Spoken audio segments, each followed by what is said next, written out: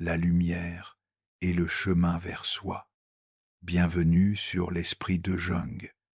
Ici, nous explorons les profondeurs de l'âme pour donner un sens à votre histoire.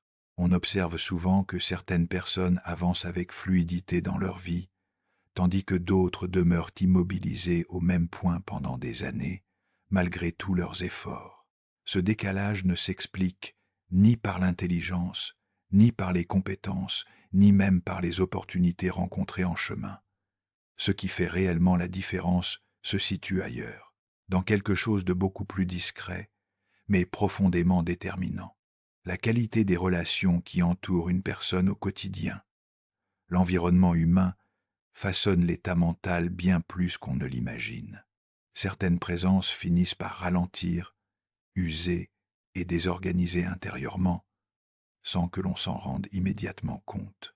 Au fil des échanges, au fil des confidences recueillies, un schéma revient régulièrement. Des personnes parlent d'une fatigue diffuse, difficile à nommer. Aucun conflit évident, aucun drame apparent. Elles ne décrivent pas des situations extrêmes, mais plutôt une sensation persistante de lassitude, de perte d'élan, comme si quelque chose grignotait lentement leur énergie intérieure. En examinant leur quotidien de plus près, on découvre souvent des relations marquées par une tension subtile, mais constante, des interactions qui exigent une vigilance permanente, qui obligent à se justifier, à se contenir, à s'adapter sans cesse. Le corps s'habitue à cet état de tension. L'esprit finit par le considérer comme normal. Respirez un instant. Sentez-vous cela dans votre propre vie? L'être humain est fondamentalement relationnel. Le cerveau est conçu pour s'accorder à l'autre, capter les signaux émotionnels, chercher l'acceptation et la sécurité au sein du groupe. Lorsque certaines relations deviennent toxiques, même de façon silencieuse, ce mécanisme d'adaptation se transforme en piège. L'esprit commence à anticiper les réactions, à éviter certains sujets, à modifier son comportement pour maintenir une forme de paix fragile. Ce processus se fait sans réflexion consciente. Il s'agit d'un réflexe de protection. Mais sur la durée, ce réflexe a un coût élevé.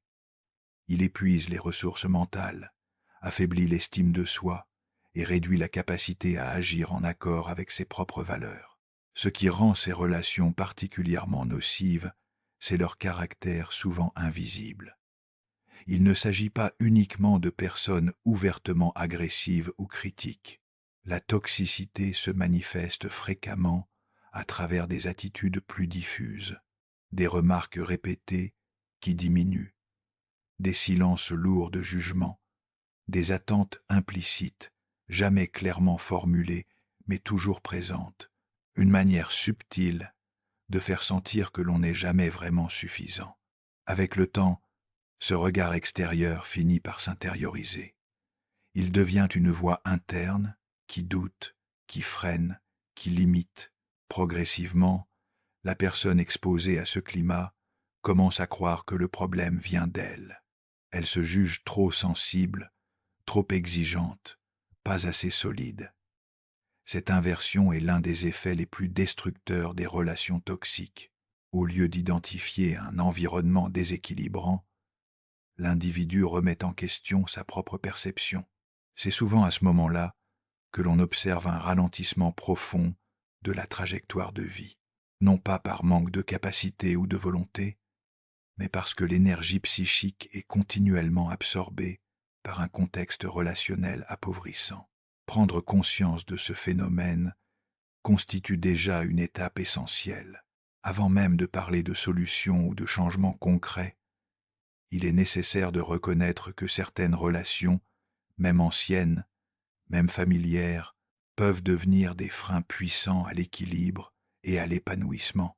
Tant que cet impact reste flou ou minimisé, l'esprit continue de chercher des réponses en lui-même, alors que la source du blocage est en grande partie extérieure. Ce que nous allons explorer maintenant, ce sont les formes précises que peut prendre cette toxicité relationnelle et la manière dont elle s'installe dans la vie sans faire de bruit. Lorsqu'on cherche à comprendre pourquoi certaines relations finissent par user intérieurement, il est important de sortir d'une vision simpliste. La toxicité relationnelle ne se résume pas à des comportements extrêmes ou spectaculaires. Dans la majorité des situations, elle s'installe de façon progressive, presque imperceptible, à travers des dynamiques répétées qui finissent par modifier la perception que l'on a de soi et du monde. Ce que l'on observe alors, ce sont des profils relationnels récurrents, non pas figés, mais structurés autour de mécanismes psychologiques précis qui, lorsqu'ils se répètent, deviennent profondément délétères. Un premier type de relation problématique repose sur la dévalorisation subtile. Il ne s'agit pas d'attaques frontales, mais de remarques régulières qui diminuent, qui relativisent les réussites, qui soulignent ce qui manque plutôt que ce qui est accompli. Ces messages sont parfois déguisés en conseils, en humour ou en fausse bienveillance. À force de les entendre, l'esprit commence à intégrer l'idée qu'il faut toujours faire plus pour mériter reconnaissance ou respect. Cette dynamique crée une tension intérieure constante. La personne cherche en permanence à se corriger, à s'améliorer, à éviter la critique implicite, sans jamais atteindre un sentiment de suffisance intérieure. Un autre schéma fréquent est celui de la culpabilisation diffuse. Dans ce type de relation, l'autre ne formule pas toujours des reproches explicites, mais fait sentir que ses besoins, ses émotions ou ses limites sont excessifs. Lorsque l'on exprime un désaccord, un malaise ou un refus, la réaction en face suggère une déception, un retrait affectif ou une mise à distance silencieuse. Progressivement, la personne apprend à taire ce qu'elle ressent pour préserver le lien.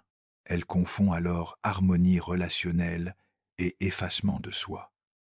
Ce mécanisme est particulièrement destructeur car il coupe l'individu de ses signaux internes et renforce l'idée que ses besoins sont secondaires. Il existe également des relations fondées sur l'imprévisibilité émotionnelle. Un jour, la relation semble fluide, chaleureuse, rassurante. Le lendemain, elle devient froide, distante ou critique, sans explication claire. Ce va-et-vient émotionnel crée une instabilité intérieure importante. Le cerveau, en quête de cohérence, se met à analyser en permanence les signes, à anticiper les changements d'humeur, à ajuster son comportement pour éviter le déséquilibre. Cette hypervigilance consomme énormément d'énergie mentale et empêche toute forme de détente psychique. À long terme, elle installe un état de stress lat qui affecte la concentration, la prise de décision et la confiance en soi. Un autre type de toxicité relationnelle repose sur le contrôle déguisé. Il ne s'exprime pas toujours par des interdictions claires, mais par des conseils insistants, des attentes implicites, des remarques sur les choix de vie, les fréquentations ou les décisions personnelles. Peu à peu, la personne commence à douter de sa propre capacité à choisir ce qui est juste pour elle. Elle cherche l'approbation avant d'agir, ajuste ses décisions pour éviter le désaccord et perd progressivement le contact avec son propre discernement. Ce glissement est souvent lent, mais il a un impact profond sur l'autonomie psychologique. Ce qui relie tous ces profils, c'est la manière dont ils déplacent l'attention de l'intérieur vers l'extérieur. L'individu cesse de se fier à ses ressentis, à ses valeurs, à ses besoins. Il commence à se définir à travers le regard ou les réactions de l'autre. C'est à ce moment-là que l'on observe une perte de clarté intérieure. Les choix deviennent plus difficiles, les décisions plus hésitantes, et l'élan vital s'affaiblit. Comprendre ces mécanismes permet de mettre des mots sur des ressentis souvent confus. et de commencer à rétablir une forme de lucidité relationnelle indispensable pour se protéger et retrouver un espace intérieur plus stable. Il y avait un architecte, 48 ans. Chaque dimanche soir, il sentait une contraction familière dans la poitrine en pensant à son associé. Pas de l'anxiété évidente, plutôt un nœud discret qu'il attribuait à la fatigue. Pendant 4 ans, il a minimisé ce signal. Son associé n'était pas méchant, juste imprévisible. Un jour enthousiaste, le lendemain distant, jamais de reproches clairs, mais toujours une remarque glissée après chaque présentation client. Intéressant, mais tu aurais pu insister sur l'aspect technique. Bien, même si je pense qu'une autre approche aurait été plus percutante. L'architecte ajustait sans cesse, anticipait les humeurs, modifiait ses présentations pour éviter les critiques. Il ne se rendait pas compte que cette vigilance permanente le vidait. Il pensait simplement qu'il avait perdu sa créativité. Un mardi matin, en arrivant au bureau, il a ressenti cette contraction plus forte que d'habitude. Il s'est arrêté dans le couloir, a posé la main sur sa poitrine et a demandé intérieurement « Qu'est-ce que tu me dis ?» La réponse est venue immédiatement. « Tu ne peux plus respirer ici. » Il n'a pas quitté l'association ce jour-là, mais il a cessé de se mentir. 6 mois plus tard, il travaillait seul, sur des projets plus modestes, mais entièrement siens. La contraction dans la poitrine avait disparu. Ce que son corps savait avant que son esprit l'accepte, certaines relations ne permettent pas le déploiement, elles exigent la contraction. Maintenant, arrêtez-vous un instant, placez votre main sur votre poitrine, respirez lentement, profondément, comptez jusqu'à 3 en inspirant, expirez lentement, pensez à une relation dans votre vie qui vous demande beaucoup d'énergie. Ne cherchez pas à analyser, laissez simplement cette personne apparaître dans votre esprit. Observez ce qui se passe dans votre corps, une tension quelque part, une contraction, un relâchement. Cette sensation est une information, pas un jugement, juste une vérité corporelle. 3 respirations encore, lentes, profondes. Quand vous êtes prêt, revenez. L'un des effets les plus pernicieux des relations toxiques réside dans la manière dont elles modifient progressivement le rapport que l'on entretient avec soi-même. Au départ, les ajustements semblent mineurs. On évite un sujet pour ne pas créer de tension. On minimise une émotion pour préserver l'équilibre. On retarde une décision pour ne pas déplaire. Mais à force de répétition, ces micro-renoncements s'accumulent et finissent par altérer la perception de sa propre légitimité. L'individu n'a pas l'impression de subir une contrainte extérieure, mais plutôt de devenir quelqu'un de plus prudent, plus réservé, plus adaptable. En réalité, il est en train de se couper de ses repères internes. Sur le plan psychologique, ce processus est étroitement lié au fonctionnement du système de stress. Lorsqu'une relation génère une incertitude émotionnelle ou une pression implicite constante, le cerveau active des mécanismes de vigilance destinés à anticiper les risques. Cette activation prolongée maintient l'organisme dans un état d'alerte discret, mais permanent. L'attention se focalise sur ce qui pourrait mal se passer, sur la manière d'éviter un conflit, sur les réactions possibles de l'autre. Dans cet état, la capacité de réflexion profonde diminue. La pensée devient plus rigide, plus défensive, moins créative. L'énergie mentale est mobilisée pour maintenir l'équilibre relationnel, au détriment de l'élan personnel. Ce qui est frappant, c'est que beaucoup de personnes interprètent cette fatigue psychique comme un manque de motivation ou une défaillance personnelle. Elles se disent qu'elles ont perdu leur dynamisme, leur ambition ou leur capacité à avancer. Pourtant, lorsqu'on observe leur environnement relationnel, on constate que cette fatigue est une réponse adaptative à un contexte exigeant. Le corps et l'esprit tentent simplement de préserver un minimum de stabilité. Ce n'est pas une faiblesse, c'est un signal. Mais tant que ce signal n'est pas reconnu, la personne continue à se juger sévèrement, renforçant ainsi le cercle de l'épuisement intérieur. Les relations toxiques ont également un impact direct sur la capacité à se projeter dans l'avenir. Lorsqu'une part importante de l'énergie psychique est consacrée à gérer l'instant relationnel, il devient difficile de penser à long terme. Les projets perdent en clarté, les désirs deviennent flous.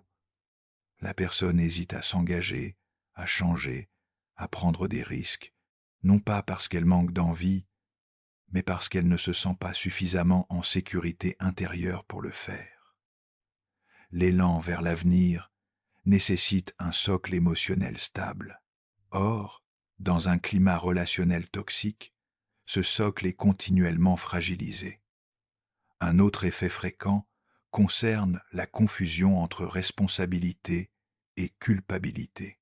Dans des relations déséquilibrées, l'individu finit par se sentir responsable du bien-être émotionnel de l'autre. Il se croit chargé de maintenir la paix, d'éviter les tensions, de réparer les malaises. Cette charge invisible pèse lourdement sur la psyché. Elle empêche de poser des limites claires et alimente l'idée que prendre soin de soi serait égoïste ou injustifié. Cette confusion est particulièrement délétère, car elle empêche toute prise de distance saine et renforce l'emprise relationnelle. Retrouver de la clarté dans ce contexte demande avant tout un changement de regard. Il ne s'agit pas immédiatement de rompre des liens ou de prendre des décisions radicales, mais de reconnaître l'impact réel de certaines relations sur l'état intérieur. Nommer ce qui se joue permet de sortir du flou. Cela redonne une forme de légitimité au ressenti et ouvre la possibilité de rééquilibrer la relation à soi. À partir de cette prise de conscience, un espace intérieur commence à se recréer, un espace dans lequel la personne peut à nouveau se reconnecter à ses besoins, à ses limites et à sa capacité de choix. Jusqu'ici, nous avons exploré comment les relations toxiques épuisent l'énergie psychique en transformant l'adaptation en piège permanent. Dans la vie réelle, cela se manifeste lorsque quelqu'un se sent constamment en alerte, même dans des moments qui devraient être neutres ou apaisants. Mais il y a quelque chose dont nous n'avons pas encore parlé. Pourquoi reste-t-on si longtemps dans ces liens, même quand on sait qu'ils nous font du mal ? À partir du moment où l'on commence à reconnaître l'impact réel de certaines relations, une question essentielle apparaît naturellement. Pourquoi reste-t-on aussi longtemps dans des liens qui nous font du mal, même lorsque l'on sent qu'ils nous freinent ou nous épuisent ? La réponse n'est presque jamais simple, mais elle est rarement liée à un manque de lucidité ou de courage. Elle est profondément enracinée dans des mécanismes affectifs et biologiques qui privilégient la sécurité perçue à court terme plutôt que le bien-être à long terme. Le cerveau humain est programmé pour éviter la perte relationnelle. Perdre un lien, même insatisfaisant, active des zones associées à la douleur et à l'insécurité. Ainsi, face à une relation toxique mais familière, l'esprit choisit souvent l'option la moins anxiogène sur l'instant. Il préfère supporter un malaise connu plutôt que d'affronter l'inconnu que représente une mise à distance. Cette logique n'est pas consciente. Elle se manifeste par des justifications internes, des minimisations ou des comparaisons qui rendent la situation acceptable. On se dit que ce n'est pas si grave, que d'autres vivent pire, que l'on devrait être plus tolérant ou plus patient. Un autre facteur puissant est l'attachement à l'image que l'on a construite de soi au sein de la relation. Certaines personnes se définissent comme compréhensives, loyales, toujours disponibles. Rompre avec une relation toxique peut alors donner l'impression de trahir cette identité. L'individu ne craint pas seulement la réaction de l'autre, mais aussi la remise en question de la manière dont il se perçoit. Ce conflit intérieur ralentit toute prise de décision et maintient la personne dans une forme d'immobilité psychique. Il est également fréquent que des schémas relationnels anciens se rejouent à l'âge adulte. Des expériences précoces ont parfois appris que l'amour ou la reconnaissance passe par l'effort, l'adaptation ou le renoncement à soi. Dans ce cas, la toxicité relationnelle est perçue comme normale, voire familière. L'individu ne la questionne pas immédiatement, car elle correspond à une carte émotionnelle déjà connue. Ce mécanisme explique pourquoi certaines personnes se retrouvent à plusieurs reprises dans des relations similaires, malgré une volonté consciente de changement. Prendre conscience de ces mécanismes permet de déplacer le regard de la culpabilité vers la compréhension. Rester dans une relation toxique n'est pas un échec personnel, mais le résultat d'automatismes profonds visant à préserver un sentiment de sécurité. Cette compréhension est essentielle, car elle ouvre la voie à une transformation progressive plutôt qu'à une rupture brutale imposée par la honte ou la colère. C'est à ce stade que la notion de limite devient centrale. Poser une limite ne consiste pas à attaquer ou à rejeter l'autre. Il s'agit avant tout de clarifier ce qui est acceptable ou non pour soi. Une limite saine n'est pas une punition, mais une information. Elle permet de restaurer un espace intérieur dans lequel l'individu peut respirer, penser et ressentir sans tension excessive. Apprendre à identifier ses limites demande du temps, car cela implique de se reconnecter à ses sensations, à ses émotions et à ses besoins, souvent mis de côté pendant longtemps. Commencer par de petites limites est souvent plus efficace que des changements radicaux. Cela peut être refuser une conversation lorsqu'on se sent épuisé, exprimer un désaccord sans se justifier excessivement, ou prendre du recul face à une critique répétée. Ces ajustements, bien que discrets, ont un impact profond. Ils envoient au système nerveux un message clair. La sécurité intérieure peut exister sans soumission relationnelle. Peu à peu, cette expérience transforme la relation à soi et prépare le terrain pour des décisions plus structurantes. Il y avait une enseignante, 52 ans. Elle entretenait depuis 20 ans une amitié avec une ancienne collègue, une relation apparemment solide, fondée sur des souvenirs communs et une familiarité rassurante. Mais depuis plusieurs années, chaque conversation laissait l'enseignante vaguement troublée. Son amie ne la critiquait jamais ouvertement, mais elle avait cette manière de terminer chaque échange par une remarque légèrement déstabilisante. « Tu as l'air fatigué en ce moment. Tu devrais faire attention. C'est bien que tu aies fait ce choix, même si j'aurais procédé autrement. Je suis contente pour toi, mais j'espère que tu ne te surmènes pas. » L'enseignante sortait de ces conversations avec une sensation de malaise qu'elle ne parvenait pas à nommer. Elle se sentait moins sûre d'elle, vaguement coupable, sans savoir de quoi. Elle attribuait cela à sa propre sensibilité. Un jour, après un appel particulièrement éprouvant, elle a décidé d'écrire ce qu'elle ressentait, noir sur blanc, sans censure. Les mots sont venus facilement, trop facilement. Elle a relu ses notes et a compris. Cette amitié la diminuait systématiquement, subtilement, mais systématiquement. Elle n'a pas rompu le lien, mais elle a commencé à espacer les échanges, à raccourcir les conversations, à ne plus partager certaines choses personnelles. Son amie a semblé surprise, puis légèrement froissée. Mais l'enseignante a tenu bon. 6 mois plus tard, elle a réalisé qu'elle ne pensait presque plus à cette amitié.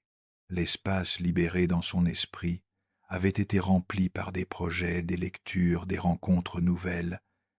Elle ne ressentait aucune culpabilité, juste un soulagement profond, ce que son écriture lui avait révélé. Certaines relations ne deviennent toxiques que lorsqu'on leur donne trop de place. La distance n'est pas toujours une rupture. Parfois, c'est simplement une respiration. Lorsque des limites commencent à être posées, même de manière modeste, un changement subtil mais fondamental s'opère à l'intérieur. La personne redécouvre une sensation souvent oubliée, celle d'avoir un espace psychique qui lui appartient. Ce n'est pas encore une liberté totale, ni une transformation spectaculaire, mais c'est un relâchement. L'esprit n'est plus constamment orienté vers l'anticipation des réactions de l'autre. Il commence à se recentrer. Cette phase est souvent accompagnée d'un mélange d'apaisement et d'inconfort, car le système nerveux sort progressivement d'un mode d'adaptation automatique pour retrouver une forme d'autonomie émotionnelle. Il est important de comprendre que ce processus ne se fait pas sans résistance. Lorsqu'une dynamique relationnelle toxique est installée depuis longtemps, toute modification, même minime, perturbe l'équilibre existant. Certaines personnes réagissent alors par de l'incompréhension, de la pression émotionnelle ou une tentative de rétablir l'ancien fonctionnement. Ces réactions ne doivent pas être interprétées comme une preuve que la limite est injustifiée. Bien au contraire, elles révèlent souvent à quel point cette limite était nécessaire. Une relation saine peut tolérer l'expression de besoins et de frontières claires. Une relation déséquilibrée cherche à les neutraliser. À ce stade, il devient essentiel de distinguer fermeté et agressivité. Poser une limite ne signifie pas entrer dans un rapport de force, ni se justifier longuement. La clarté suffit. Expliquer excessivement, se défendre ou argumenter sans fin entretient la confusion et fragilise la position intérieure. Une limite posée calmement, sans attaque, sans reproche, a souvent plus d'impact qu'un discours émotionnel chargé. Elle permet de rester aligné avec soi-même tout en respectant l'autre, même si celui-ci n'accepte pas immédiatement ce nouvel équilibre. Un autre aspect fondamental concerne la récupération de l'énergie mentale. Lorsqu'une relation cesse de monopoliser une grande partie de l'attention, des ressources psychiques se libèrent. La personne retrouve progressivement de la disponibilité intérieure pour réfléchir, créer, se projeter.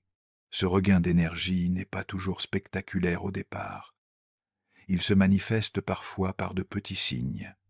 Une meilleure concentration, un sommeil plus réparateur, une diminution des ruminations. Ces indicateurs sont précieux, car ils signalent que le système nerveux commence à se réguler. Il devient alors possible d'observer les relations avec davantage de lucidité. Certaines évoluent et s'ajustent aux nouvelles limites, d'autres révèlent leur incapacité à respecter un cadre plus équilibré. Cette observation n'appelle pas nécessairement une rupture immédiate, elle permet surtout de faire des choix plus conscients, moins dictés par la peur ou la culpabilité. La personne cesse peu à peu de se demander ce qu'elle doit faire pour maintenir la relation. Elle commence à se demander ce qui est juste pour elle. Ce déplacement de perspective marque une étape importante. L'attention revient vers l'intérieur. Les décisions ne sont plus uniquement guidées par la réaction anticipée de l'autre, mais par une écoute plus fine de ses propres besoins. Cette réorientation intérieure est souvent accompagnée d'un sentiment de cohérence retrouvée. L'individu n'a plus besoin de se fragmenter pour s'adapter à chaque contexte relationnel. Il peut rester plus stable, plus constant, plus fidèle à ce qu'il ressent et à ce qu'il pense. Avec le temps, cette stabilité intérieure devient un repère. Elle permet de reconnaître plus rapidement les dynamiques relationnelles déséquilibrées et de ne plus s'y engager de manière automatique. La personne développe une forme de discernement relationnel qui agit comme un filtre protecteur. Ce n'est pas une fermeture, mais une sélection plus consciente. Cette capacité à choisir les relations plutôt que de les subir constitue l'un des leviers les plus puissants pour préserver l'équilibre psychique et avancer avec plus de fluidité dans sa vie. Nous avons vu comment poser des limites libère progressivement l'énergie mentale et permet de retrouver une forme de discernement intérieur. Dans la vie concrète, cela apparaît lorsque quelqu'un cesse de se sentir épuisé après certaines interactions et commence à remarquer une légèreté nouvelle dans son quotidien. Mais il reste une question essentielle. Existe-t-il des situations où s'éloigner devient la seule décision vraiment saine? À mesure que la stabilité intérieure se renforce, une question devient inévitable. Faut-il toujours rester, ajuster, réparer, ou existe-t-il des situations où s'éloigner devient la décision la plus saine? Cette interrogation ne relève pas d'un rejet impulsif, ni d'une volonté de couper brutalement les liens. Elle apparaît lorsque la personne constate avec lucidité que malgré les ajustements, malgré les limites posées, la relation continue de produire de la confusion, de l'épuisement ou une perte d'estime de soi. À ce stade, l'éloignement n'est plus une fuite, mais une forme de protection psychique. Il est important de rappeler que s'éloigner ne signifie pas nécessairement rompre de façon définitive. Il peut s'agir d'un retrait progressif, d'une diminution des échanges, d'une redéfinition du cadre relationnel. Ce qui compte, ce n'est pas la forme extérieure de la décision, mais son intention intérieure. Lorsque l'objectif est de préserver sa clarté mentale et son équilibre émotionnel, l'éloignement devient un acte de responsabilité envers soi-même. Il ne s'agit pas de punir l'autre, mais de reconnaître que certaines relations, dans leur configuration actuelle, ne permettent plus un développement sain. L'une des difficultés majeures à ce moment-là réside dans la gestion de la culpabilité. Beaucoup de personnes ont intégré l'idée que prendre de la distance serait une preuve d'égoïsme ou de froideur. Pourtant, continuer à s'exposer à une relation destructrice n'est ni généreux ni vertueux. C'est souvent une manière d'éviter l'inconfort du changement. Apprendre à tolérer la culpabilité passagère fait partie du processus de maturation émotionnelle. Cette culpabilité n'est pas un signal d'erreur, mais le signe que l'on est en train de sortir d'un ancien schéma relationnel. Il arrive également que l'entourage ne comprenne pas immédiatement cette décision. Certains projettent leur propre peur de la solitude ou du conflit. D'autres minimisent l'impact de la relation en question. Face à ces réactions, il devient essentiel de rester ancré dans son ressenti plutôt que de chercher une validation extérieure. Toutes les décisions importantes ne sont pas immédiatement comprises.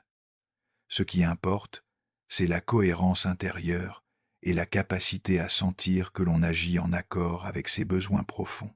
S'éloigner d'une relation toxique ouvre souvent un espace nouveau, parfois déroutant. Le silence relationnel peut faire remonter des émotions enfouies, des doutes, une sensation de vide temporaire.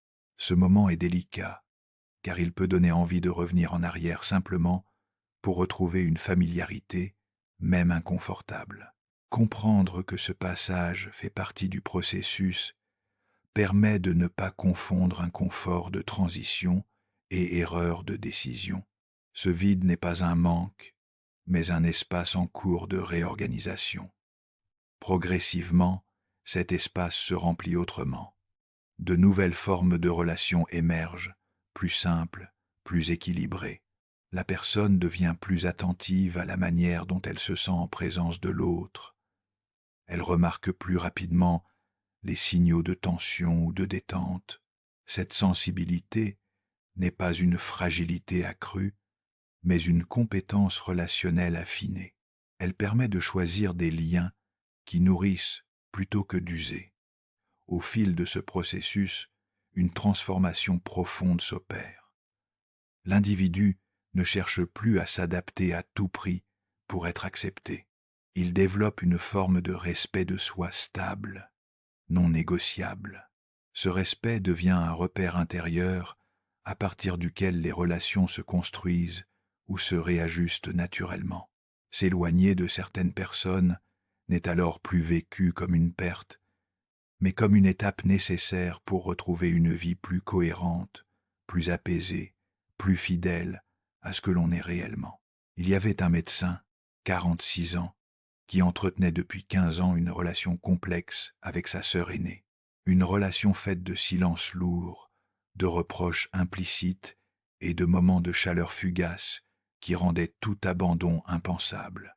Chaque fois qu'il prenait une décision importante, professionnelle ou personnelle, il sentait le besoin d'en parler à sa sœur, et chaque fois, la conversation se terminait par une remarque ambiguë qui le laissait troubler. « C'est bien si tu es sûr de toi.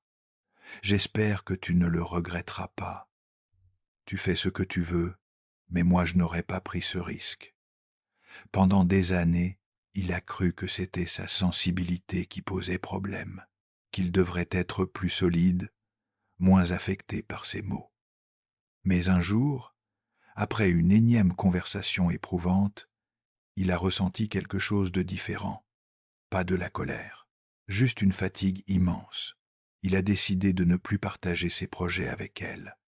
Pas par rancune, mais par nécessité. Les premiers mois ont été difficiles. Elle a semblé blessée, puis distante. Il a ressenti une culpabilité intense. Mais il a continué. Avec le temps, il a remarqué un changement profond en lui. Ses décisions lui semblaient plus claires. Il doutait moins. Il avançait avec plus de fluidité. La voix intérieure qui le freinait, cette voix qui ressemblait étrangement à celle de sa sœur, s'était tue. 2 ans plus tard, leur relation existe toujours, mais elle a changé de nature. Superficielle, peu, être, mais apaisée. Il ne lui en veut pas. Il a simplement compris que certaines personnes, même aimées, ne peuvent pas être des confidents. Pas parce qu'elles sont mauvaises, mais parce que leur regard altère le sien. Ce que son éloignement lui a appris, protéger son espace intérieur n'est pas un rejet. C'est une affirmation de soi. Maintenant, prenez un moment pour vous. Fermez les yeux, si vous le pouvez. Respirez profondément. Laissez l'air entrer lentement, puis sortir encore plus lentement. Pensez à une relation qui vous demande beaucoup d'ajustements. Pas nécessairement toxique, mais exigeante. Quelqu'un avec qui vous vous sentez toujours un peu en alerte. Ne jugez pas. Observez simplement. Qu'est-ce que cette relation exige de vous? Silence, adaptation, prudence. Maintenant, imaginez un espace intérieur qui vous appartient totalement. Un espace où vous n'avez rien à expliquer, rien à justifier. Sentez cet espace, laissez-le s'élargir. 3 respirations profondes, lentes. Quand vous êtes prêt, revenez ici. Lorsque l'on prend du recul sur l'ensemble de ce cheminement, une chose devient claire.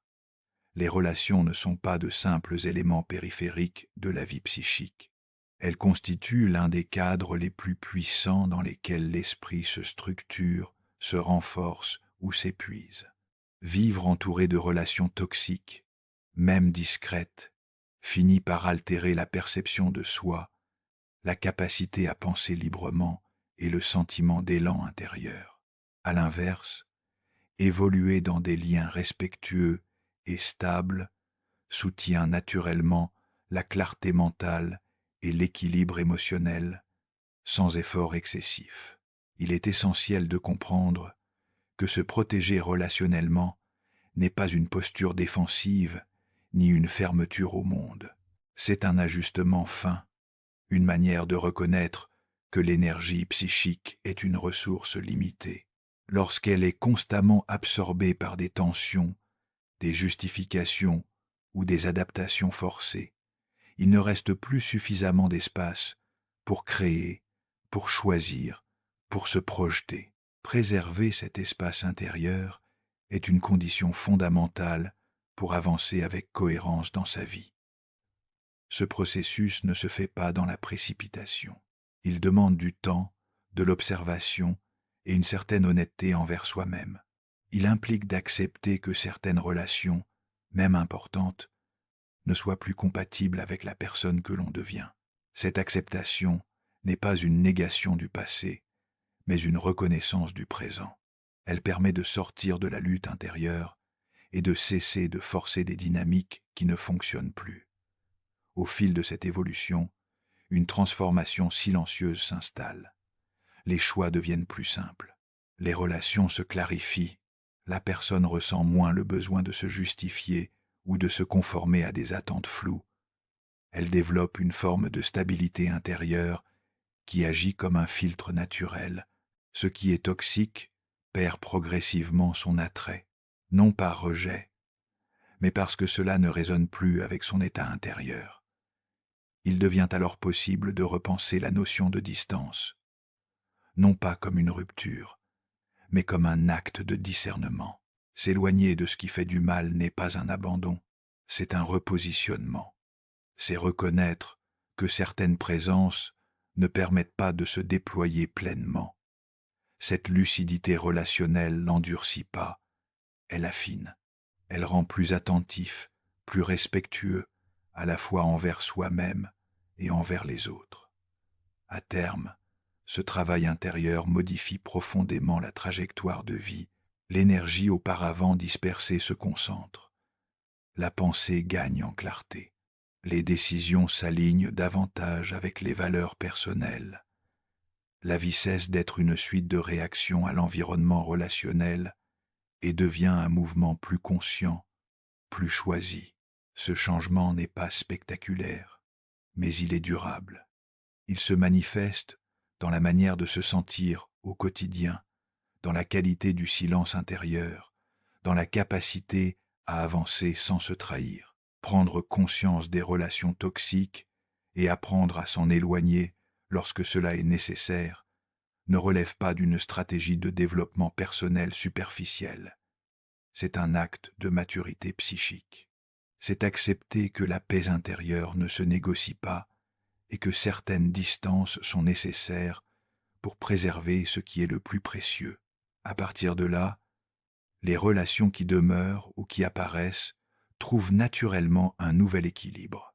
Un équilibre fondé sur le respect, la réciprocité et la cohérence intérieure. Portez votre lumière dans vos zones d'ombre. Merci d'avoir exploré l'esprit avec nous. À bientôt sur l'Esprit de Jung. Si ce voyage au cœur de l'esprit résonne en vous, abonnez-vous pour poursuivre cette exploration ensemble.